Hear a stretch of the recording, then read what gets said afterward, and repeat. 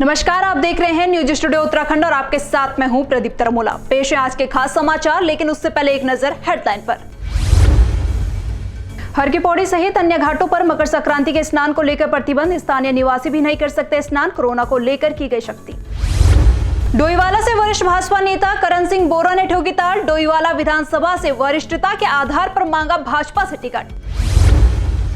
Postal ballot paper के माध्यम से भी किया जाएगा मतदान, जनपद पौड़ी में 200 टीमों का किया गया गठन। ट्रक लुटेरा कुख्यात बदमाश तौसीफ गिरफ्तार, उत्तराखंड एसटीएफ ने गाजियाबाद से किया गिरफ्तार।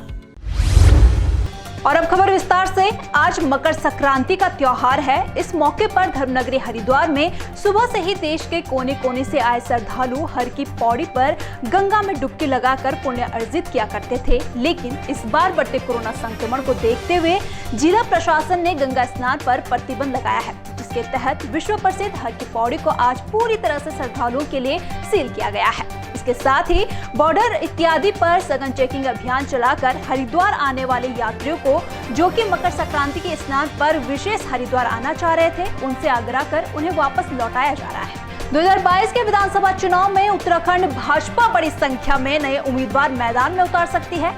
विधानसभा चुनाव समितियां 14 जनवरी तक पार्टी को अपनी रिपोर्ट सौंप देगी। इसके बाद राज्य के विधानसभा चुनाव समिति की बैठक होगी, जिसमें उम्मीदवारों के बारे में निर्णय लिया जा सकता है। वहीं भाजपा से अब डोईवाला में पूर्ण दायित्वधारी रहे वरिष्ठ भाजपा नेता करण सिंह बोरा ने भी ताल ठोक दी है। डोईवाला विधानसभा से वरिष्ठता के आधार पर उन्होंने भाजपा से टिकट मांगा है। आपको बता दें कि 21 जनवरी तक सभी उम्मीदवारों के नाम सामने आ जाने का अनुमान है। निर्वाचन विभाग द्वारा इस बार का दिव्यांग और 80 वर्ष या उससे अधिक उम्र के बुजुर्ग लोगों के लिए उनके घर में ही पोस्टल बैलेट पेपर के माध्यम से मतदान करने की सुविधा उपलब्ध कराई जा रही है। जिला निर्वाचन अधिकारी पौड़ी डॉक्टर विजय कुमार जोगदंडे ने बताया कि जनपद पौड़ी में सभी मतदाताओं को 2 फरवरी से पूर्व पोस्टल बैलेट उपलब्ध करा दिया जाएगा, जिसके उपरांत 2 से 12 फरवरी तक इन पोस्टल बैलेट को जमा करने का काम किया जाएगा।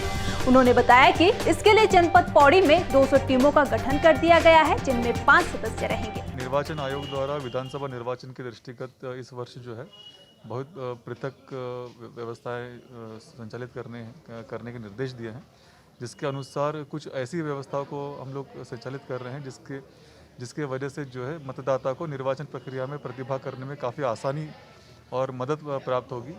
इसमें एक व्यवस्था जो है क्योंकि हम लोग PWD वोटर्स को और वृद्ध मतदाताओं को जो 80 साल से अधिक हैं उनको पोस्टल बैलेट का भी सुविधा उपलब्ध करा रहे हैं। तो ऐसे मतदाता जो दिव्यांग श्रेणी में हैं और वृद्ध हैं, वो मतदान के दिवस पर अपने घर से बाहर आने जाने में दिक्कत महसूस करते हैं, उनका सहभागिता को बढ़ाने के लिए पोस्टल बैलेट का जो आवेदन पत्र होगा प्रारूप 12D के रूप में उन तक पहुंचाना शुरू कर दिया है। साथ साथ में जब उनका ये प्रारूप भर के हमको उपलब्ध करा देंगे तो उनको डाक मतपत्र के माध्यम से, पोस्टल बैलेट के माध्यम से मतदान करने का अधिकार प्राप्त होगा। और डाक मतपत्र की जो टीम होगी घर घर जाकर उनका मतपत्र प्राप्त करने की कार्रवाई करेगी, जिससे मुझे आशा है कि दिव्यांग मतदाता और वृद्ध मतदाता निर्वाचन की प्रक्रिया में संपूर्ण सहभाग करेंगे और उनका जो मत प्रतिशत है उससे भी बढ़ाने में हमको मदद मिल सकती है। उत्तराखंड एसटीएफ को बड़ी सफलता मिली है। एसटीएफ ने कॉस्मेटिक ट्रक लूट मामले में तौसीफ नाम के बदमाश को गिरफ्तार किया है। बदमाश तौसीफ पर 10,000 रुपए का इनाम घोषित है। तौसीफ लूट के बाद 2019 से फरार था। पुलिस तब से ही इस बदमाश को गिरफ्तार करने के लिए हाथ पैर मार रही थी। वहीं उत्तराखंड एसटीएफ को इनामी बदमाश तौसीफ के गाजियाबाद में होने की सूचना मिली थी। इसके बाद पूरी प्लानिंग के साथ एसटीएफ ने बदमाश तौसीफ को पकड़ने की कार्रवाई की। तौसीफ को उत्तराखंड एसटीएफ ने गाजियाबाद के लोनी से पकड़ा है। पुलिस को देर रात इस कुख्यात बदमाश को पकड़ने में सफलता मिली है। 13 दिसंबर 2019 को थाना सिडकुल जनपद हरिद्वार में कॉस्मेटिक सामान से लदे हुए ट्रक को लूट की घटना तौसीफ और 3 अन्य साथियों के द्वारा अंजाम दी गई थी, जिसमें उक्त तौसीफ की गिरफ्तारी होनी शेष थी। वो वांछित था और उस पर 10,000 रुपये का इनाम घोषित था।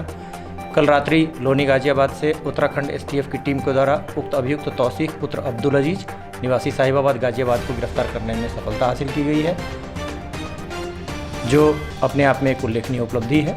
और भविष्य में भी इसी तरह से इनामी, फरार और वांछितों की गिरफ्तारी के लिए अभियान निरंतर चलता रहेगा। फिलहाल खास समाचार में मेरे साथ इतना ही। बने रहिए न्यूज स्टूडियो उत्तराखंड के साथ। नमस्कार।